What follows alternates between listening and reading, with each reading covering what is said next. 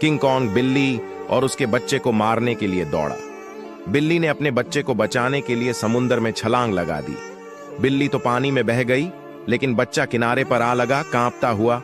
एक खरगोश वहां से गुजरा। आगे बढ़ने से पहले अगर आपको खरगोश बिल्लियां पसंद हैं तो वीडियो को लाइक और चैनल को सब्सक्राइब जरूर कर दें। उसने बच्चे को देखा और फौरन उठा लिया।